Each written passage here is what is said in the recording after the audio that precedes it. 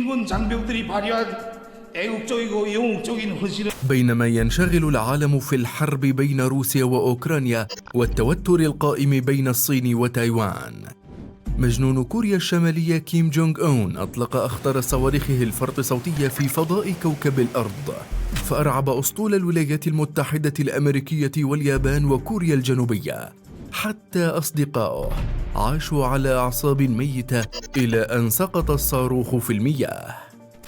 فما هي تلك الصواريخ المرعبة وما مدى خطورتها؟ وكم تبلغ ترسانة كوريا الشمالية منها؟ وما هو أخطر صاروخ يمتلكه كيم جونغ أون؟ في هذا الفيديو نستعرض لك عزيزي المشاهد قدرات ومواصفات الصاروخ هواسونغ 17، أحد أخطر الأسلحة على وجه الأرض. القدرة التدميرية.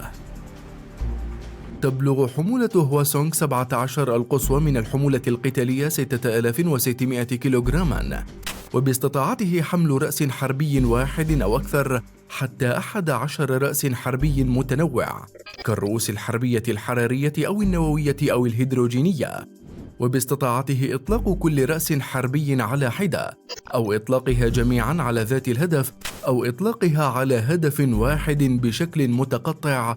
والميزة الأخرى هي أكثر ما يميزه عن بقية الصواريخ من الفئة ذاتها. باختصار، يمكن لصاروخ هواسونغ واحد تدمير دولة أوروبية بأكملها، أو تدمير كبرى الولايات المتحدة الأمريكية مثلا، وتحويلها إلى أرض مشعة خالية من الحياة لمئات السنين، ذلك كله دون أن تشعر الدولة المستهدفة بوجود خطر وجودي يهدد الحياة البشرية على أراضيها إلا بعد فوات الأوان. المواصفات العامة. لنستمع إلى هذه الأرقام ونحفظها جيدا، فمن النادر أن تتكرر في صاروخ واحد. يبلغ طول الصاروخ 26 مترا وقطره 2.9 متر، أي قرابة 3 أمتار، أما وزنه فيبلغ نحو 100 طن. سرعته تبلغ 12 ماخ، أي ما يعادل 1500 كيلومتر في الساعة، والتسلق إلى ارتفاع 140 كيلومترا، أما نطاق التشغيل فيبلغ 18,000 كيلومتر. تقريبا هذه المسافة تبلغ نصف محيط الكرة الأرضية، في حين تبلغ المسافة بين كوريا الشمالية وأبعد نقطة في الولايات المتحدة 11,000 كيلومتر، وبين كوريا الشمالية وأبعد دولة في القارة الأوروبية 9,900 كيلومتر. يعمل هواسونغ ب6 محركات دفع تعمل بالوقود السائل، 2 منها يعملان في مرحلة التشغيل الأولية، وباقي المحركات تعمل بالتوالي بحسب السرعة التي سيحققها خلال الرحلة ونطاق العملية والبعد عن الهدف. أما منصة الإطلاق فهي عبارة عن مركبة من 11 محور، يمكنها السير على الطرق الممهدة أو الوعرة بسرعة 55 كيلومترا، والتجول لمدة 40 ساعة دون الحاجة للتزود بالوقود. يتم إدخال معطيات الرحلة للصاروخ من داخل قمرة قيادة المركبة لمرتين، الأولى يتم إدخالها بعد تلقي أمر الإطلاق، والثانية لمطابقة الهدف والتأكد من صحة البيانات المدخلة، وعند المطابقة فقط يتم تشغيل الرافعة، ثم يتلقى طاقم التشغيل إذنا بإدخال شفر التشغيل، وتستغرق العملية مدة لا تقل عن 30 دقيقة. أنظمة الملاحة والتوجيه. لا يحتاج الصاروخ الكوري إلى أنظمة معقدة للتخفي كالرادارات السلبية أو الأنظمة المضادة للإشعاع، فأساسا هو لا يحلق في مجال هذه التقنيات المعادية، وحتى عند دخوله مجال الرصد الراداري فإن سرعته وسحابة البلازما الناجمة عن التحليق بسرعات فرط صوتية تجعل تتبعه وإسقاطه ضربا من المستحيلات. يتم توجيهه بنظامي توجيه من أبسط الأنظمة ومن أعلاها كفاءة.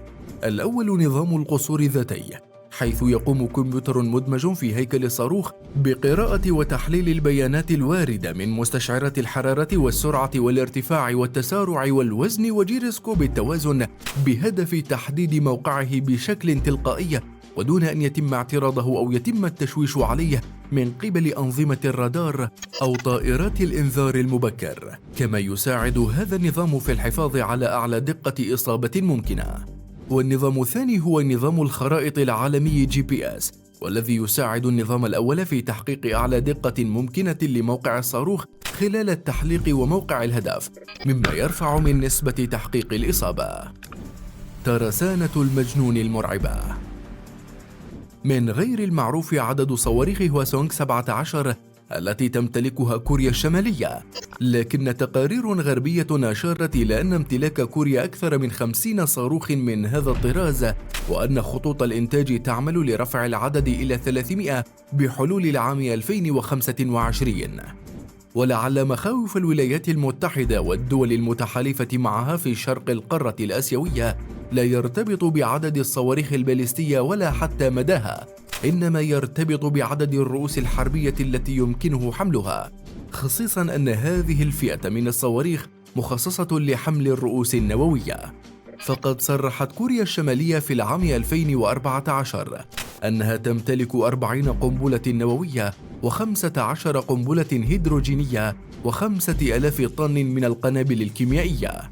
ومع تدقيق عدد الصواريخ الباليستية التي تمتلكها كوريا، وبالتحديد العدد التي تطمح لامتلاكه من صواريخ هواسونغ 17، يتبين أن ترسانة الأسلحة النووية والبيولوجية الكورية تضاعفت بشكل هائل منذ تصريحها قبل 8 أعوام. وللعلم فإن كوريا الشمالية قالت أو ادعت أن قنابلها النووية جميعها استراتيجية وقدرتها التدميرية تفوق 100 كيلوطن. أما القنبلة الهيدروجينية التي قامت بيونغ يانغ بتجربتها في العام 2017 فقد قدرت قوتها بنحو 300 كيلوطن، حتى أنها تسبب بحدوث هزة أرضية بلغت قوتها 6.4 على مقياس ريختر على بعد 70 كيلومترا من موقع التجربة، الحدث الذي غمر الزعيم كيم جونغ أون بسعادة لا توصف.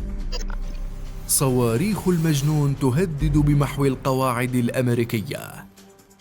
علقت كوريا الشمالية تجارب الصواريخ أواخر العام 2017، ثم أعلنت مطلع العام الحالي 2022 أنها ستستأنف تجاربها الصاروخية، مما أثار حفيظة العديد من دول المنطقة خصيصا الجارة الجنوبية واليابان، اللتان وضعتها القواعد الدفاعية في حالة تأهب من الدرجة الثانية. في فبراير شباط من عام 2022 أجرت بيونغ يانغ تجارب إطلاق ل6 صواريخ يعتقد أنها من طراز هواسونغ 14، وفي مارس آذار أجرت تجارب ل6 صواريخ أيضا يرجح أنها من الطراز هواسونغ 15. ومنتصف أكتوبر تشرين الثاني أجرت تجارب إطلاق ل3 صواريخ من طراز هواسونغ 17 تم إطلاقها من داخل القواعد العسكرية في كوريا الشمالية في منطقة موبيونغري، وسقطت في شمال المحيط الهادئ وعبرت الأجواء اليابانية بسرعة ناهزت 17 ماخ، وتم رصدها من الرادارات الأرضية، لكنها تظل عاجزة عن إسقاطها بسبب سرعتها الفرط صوتية. في الختام، يبدو أن الحصار العالمي المفروض على حكومة بيونغ يانغ لم ينجح في الحد من قدراتها الصاروخية ولا النووية، وعلى الرغم من كافة الضغوط فإنها تتصدر لوائح القوى العالمية كرابع أكبر جيش في العالم و8 قوة نووية، وفي المرتبة 23 من حيث عدد المركبات والطائرات وآلات الحرب. وأنت عزيزي المشاهد، ما رأيك بقدرات بيونغ يانغ الصاروخية؟ وهل تعتقد أن صواريخها تشكل تهديدات وجودية للغرب؟